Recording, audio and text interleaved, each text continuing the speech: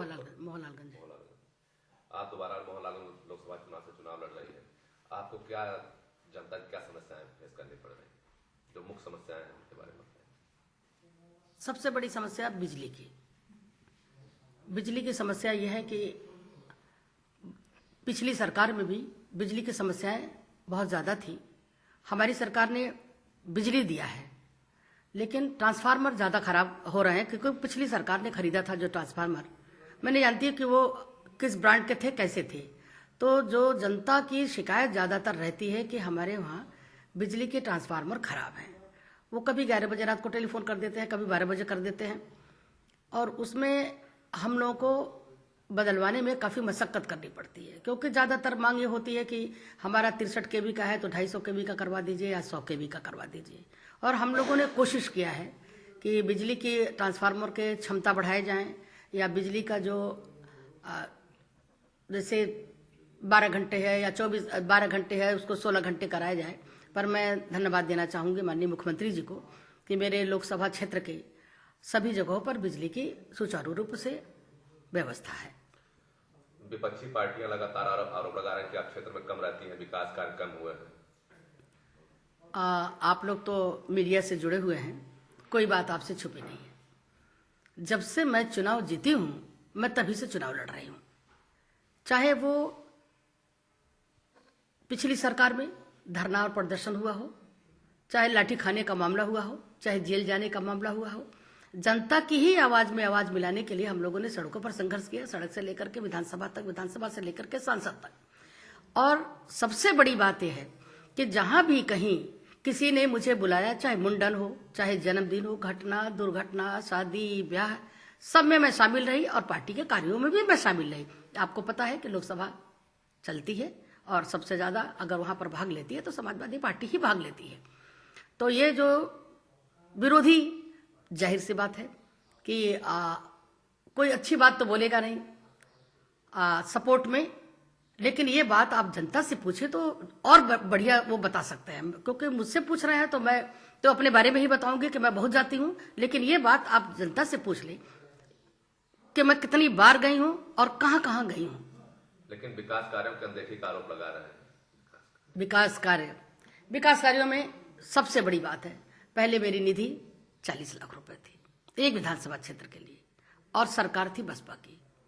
उसमें अब हम 40 लाख रुपए से एक विधानसभा क्षेत्र का कितना विकास कर सकते थे। पर जब से हमारी सरकार आई है तब से हम लोगों ने, मैं सिधौली की बात करूं, 170 किलोमीटर सिधौली विधानसभा क्षेत्र में सड़क मिली है। एक ग्राम 12 उत्तर प्रदेश में 12 ग्राम न्यायालय मिले हैं, सिधौली में एक मिला हुआ है ग्राम न्यायालय। सैकड़ों हमने अपने निधि से लगभग 2200 हैंड पाइप लगाया। विश्वास आप नहीं करिएगा, लिखित में मेरे पास रखा हुआ है, कंप्यूटर से निकलवा लीजिए। 2200, और जो सरकार ने हमें दिया है, जो कि विधायकों को या सांसदों के संस्तुति पर जो नल लगेंगे वो अलग है। सबसे बड़ी बात यह है कि हम महिला डिग्री कॉलेज, निगोहा में बहुत दिनों से मांग थी महिलाओं के लिए डिग्री कॉलेज, हम वहां लाए। नेवराजपुर में वहां पर है, हमारे सिधौली में जो सीतापुर जनपद से जुड़ा हुआ है, एक महिला डिग्री कॉलेज वहां पर आया हुआ है। माननीय मुख्यमंत्री जी ने कई एक इंटर कॉलेज दे दिया है, गवर्नमेंट इंटर कॉलेज दिया हुआ है। तो हम तो सबसे पहले अगर बात करते हैं तो शिक्षा की बात करते हैं, तो हमने शिक्षा में सभी की बात है और विशेष करके हमारी बेटियों की बात है। बेटियां आगे बढ़े और इसके लिए हमने कोशिश किया है कि इनके लिए शिक्षा की व्यवस्था सबसे पहले हो। दूसरी बात है विकास के लिए आप पूछ रहे हैं, तो मैं आपको बता दूं, प्रधानमंत्री ग्राम सड़क योजना के अंतर्गत बहुत सारी सड़कें आई हैं। माननीय मुख्यमंत्री जी ने 12 करोड़ रुपया मोहनलालगंज के लिए घोषणा किया था। उन 12 करोड़ रुपए में जाकर देख लीजिए, सारी सड़कें लगभग बनकर के तैयार हैं। माननीय मुख्यमंत्री जी ने 6 करोड़ रुपए बक्सी के तालाब के लिए दिया था, जाकर के देख लीजिए, सारी सड़कें बन रही हैं। जिला योजना से, नाबार्ड से, और जो सरकार की और योजनाएं हैं उसके तहत इतने विकास कार्य हुए हैं। यहाँ पर बाढ़ बहुत आती थी बक्सी के तालाब पर। जब मैं चुनाव लड़ने आई थी तो मैंने देखा था बाढ़ से पीड़ित लोग सड़कों पर त्रिपाल डाल करके रहते थे। तो हमने वहां पर रैन बसेरा बना दिया, बाढ़ पीड़ितों के लिए 2 रैन बसेरा बना दिया। बात कार्यों के लिए बक्सी के तालाब पर आप जा करके देख लीजिए, 15 लाख रुपए का हमने वहां पर बात कार्यों को बैठने के लिए बहुत बड़ा सा हमने हॉल भी बना दिया है। आप अगर विकास की बात करें तो आप देख लीजिए कि किस तरह से मैंने 19 लाख रुपए, 19 करोड़ रुपए का हमने अपने निधि से, जो हम लोग को मिलता था, हमारे वहां जाकर के देख लीजिए, विकास भवन में एक पैसा नहीं बचा हुआ है। मैंने अपने सांसद निधि के पूरे पैसे खर्च कर दिए हैं। और जो सरकार ने दिया है, जितने भी विकास के कार्य, वो आप जाकर के वहां पर जनता से पूछ लीजिए कि हमने कितने कार्य किए हैं। आप विकास को मुद्दा बनाकर, मैं एक बहुत महत्वपूर्ण बात आपको बताना चाहती हूँ। आप शहर से मिले हुए जो गांव हैं, आप जाकर के देखें, हमने वहां पर बिजली देने का काम किया है। हमने 50 गांव से अपने निधि से देने का काम किया है। बाकी राजीव गांधी वित्त योजना में बहुत सारे करीब लगभग 1,500 गांव आए हुए हैं। वो 3-4 महीने में वहां पर वो खंबे गड़ने शुरू हो जाएंगे। और हम बार बार यही कहते हैं, हम जब जाते हैं तो हम यही कहते हैं, हम रहे न रहे तेरी राहों को रोशन कर जाएंगे। हम चाहते हैं कि हर झोपड़ी में बल्ब जले, और ऐसी हमारी सरकार की भी मंशा है।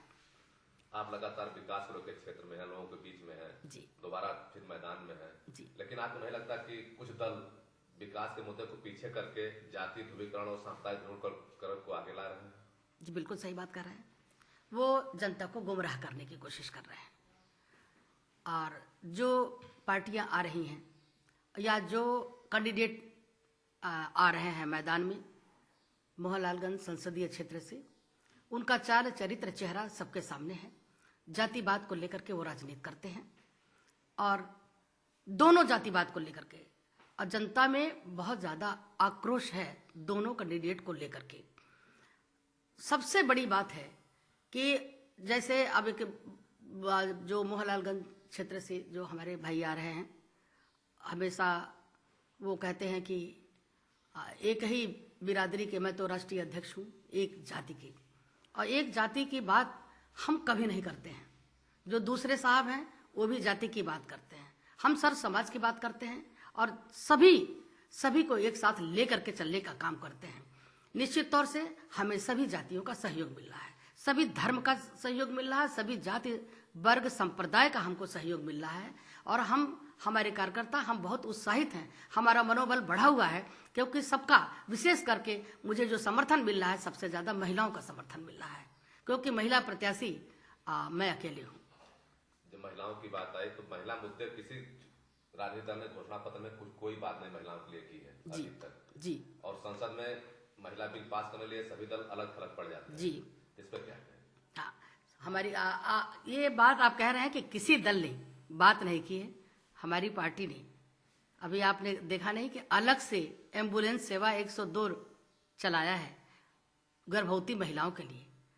हमारी पार्टी ने 1090 आप देख लीजिए, हेल्पलाइन है, जो महिलाओं के साथ अगर किसी तरह का दमन उत्पीड़न होता है, तुरंत टेलीफोन करें, गुमनाम उनके नाम होंगे, और वहां से उनको सहायता मिलती है। दूसरी बात है, हमारी सरकार कन्या विद्याधन योजना के अंतर्गत कन्याओं को दे रही है। ये डिग्री कॉलेजेस जो आ रहे हैं या इंटर कॉलेजेस आ रहे हैं, ज्यादातर हमारी बेटियों के लिए आ रहे हैं। और सबसे बड़ी बात है जो आप कह रहे हैं कि आरक्षण की बात, हमारी सरकार महिलाओं के आरक्षण के विरोध में कभी नहीं रही है।